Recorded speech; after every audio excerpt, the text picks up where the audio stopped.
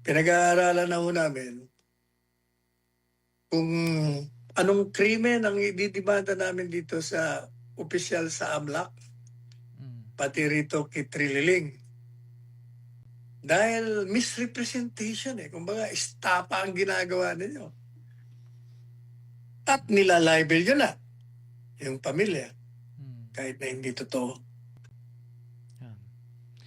Ayan po, Attorney Sal. Sa kaugnay naman po na issue, Attorney Sal, sa panig ng AMLAC, dahil iniulat ng Anti-Money Laundering Council na may kabuang 6.77 na bilyong pisong halaga ng mga transaksyon sa bank accounts na konektado kay Vice President Sara Duterte at sa kanyang asawa na si Manasseh Scarpio na na-flag din bilang suspicious at covered transactions mula pa noong 2006 hanggang 2025. So, sa pagdinig ng House Committee on Justice kaugnay nga nitong impeachment, kinumpirma ng AMLAC na may 313 na covered transactions at 17 daw dito yung suspicious transactions kay VP Sara at 300 ayun.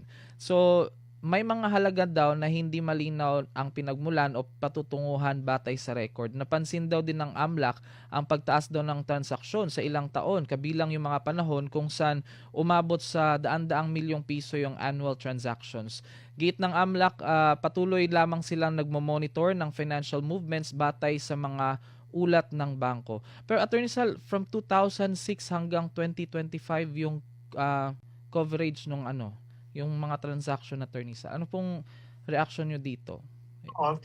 Directed. Ang ganito yun yung sinasabi kasi ng AMLAC, kinukumpirma nila yung mga bank accounts na meron ng ganong bank accounts. At kinukumpirma din nila na merong ganong pera doon sa mga bank accounts na nabanggit. Yes po. Pero, teka muna. Alam po ninyo, bumalik tayo noong 2016. Noong 2016, yung mga bank accounts na yan, inilabas na ho yan ni Trilling. At ako ang nag-abogado kay Presidente Duterte noon. Siguro mga 2-3 weeks before election, inilabas niya yan. Unang-una, yung mga bank accounts, kung totoo man na bank accounts yung binilabas niya, may problema na kagad doon kasi ang naglalabas lang ng bank account, ang bangko na may order ang hukuman. Pag ikaw ay naglabas niyan ng walang pahintulot na idinidikta ng saligang batas na hukuman lamang ang makakapagpadala ng isang kautusan upang ilabas yan, o kaya naman, voluntaryo na nilabas, illegal yan. That's number one. Number two,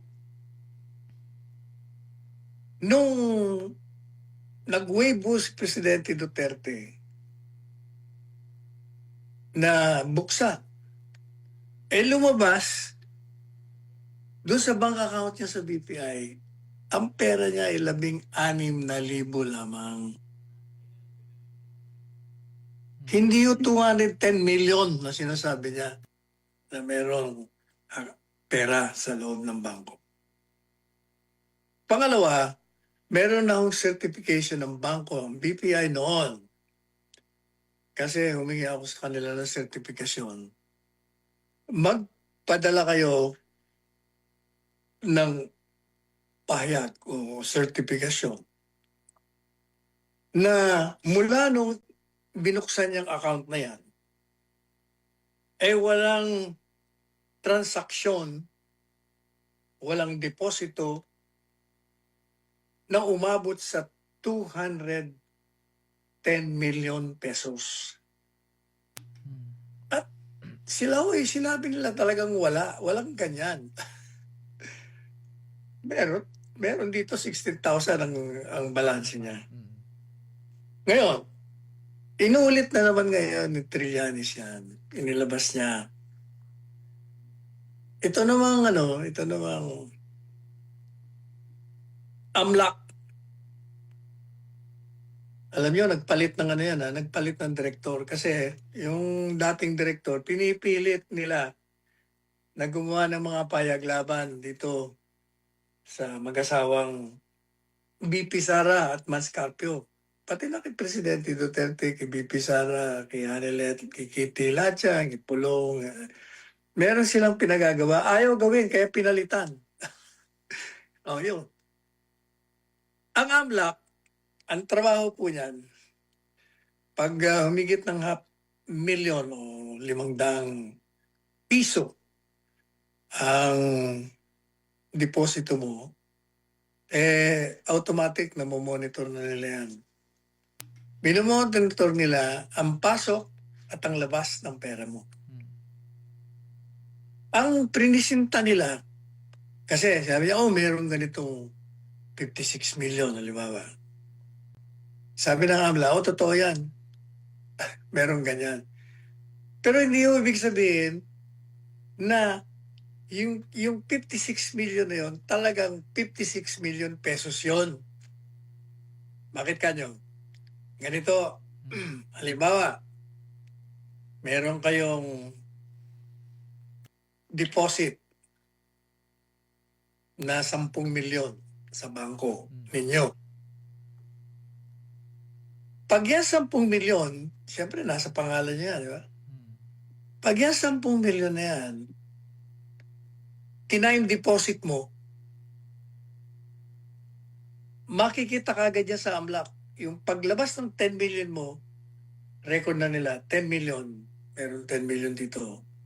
Pag inilabas mo yan, papunta sa time deposit, 10 million na naman yan. Okay? Pag yan di dumating yung kanyang period para kumita. Halimbawa, kumita ng 1 milyon sa 6 na buwan, halimbawa, 6 na buwan na time deposit. Pag lumabas yung deposit mo na kumita na ng 1 million, di maging 11 million na yan. Yung 11 million na yun, makikita sa record yun. Di kukunin mo ngayon, i-withdraw mo, ililipat. Kasi kumita na natapos na papasok mo na naman. Yun i-record na naman yun. I-record na naman. So pag diniposit mo na naman yun, i-record na ulit. Madalit sabi, yung 10 million mo, 4 times na sa record ng sa record ng AMLAC, naging 4 times bigger. So 10, 20, 30, naging 40 million na. Sa loob lamang ng 6 na buwan, sa record ng AMLAC, naging 40 milyones na. Kasi nga, ang nire-record nila, 10 million ang account mo, 10 million mo tinime deposit, 10 million ibinalik mo, balik ulit sa account mo. Tapos after another 6 months, eto ka na naman, pabalik-balik. Ay talaga, abot ho yan sa bilyon, sa 10 taon. Pero hindi ho ibig sabihin na ganyan ang pera mo kalaki. Nire-record lang kasi nila yung in and out flow. Ngayon, ang presentasyon nila, ito ang problema ho sa kanila. Ang pagpresenta nila, parang pinalalabas nila na ganun kalaki ang pera mo kahit na hindi. Hindi nila pinaliliwanag yung pinaliliwanag ko sa inyo ngayon. Na pag pumasok, record. Pag lumabas, record. Pasok ulit. Kita, ganun. Kaya naabot talaga sa 10 taon, yung 10 milyon mo, sa 10 taon, baka umabot na ng bilyon yun. Yan. Ngayon, yan ang pinipresenta nila. Ayaw sanang gawin yan nung pinalitan itong bagong direktor. Pero, dahil bago na, siyempre, nakisama na, natakot na, ayan, sinisiraan nila ng gusto ngayon. Kaya, pinag-aaralan na ho namin kung anong krimen ang ididimanda namin dito sa opisyal sa AMLAC, pati rito kay Trililing. Dahil misrepresentation eh. Kumbaga, istapa ang ginagawa ninyo. At nilalibel nyo na yung pamilya. Mm. Kahit na hindi totoo. Yan ho ang katotohanan dyan. Kaya wag ho kayo magpapapaniwala. Mm. Basta. Dahil may narinig ako, naniniwala. Grabe pala, ganito. Teka muna, wag ho kayo basta maniniwala. Mm. Tandaan nyo ha, ulitin ko, ang AMLAC nire-record yung yung deposit, yung flow inflow, at outflow. Pag pasok ulit, deposit na naman. Mm. Yung transaction na yun, kinocompute nila. Yung total, ilalabas ng bilyon na yung pera mo Mm. sa 10 taon. Yun.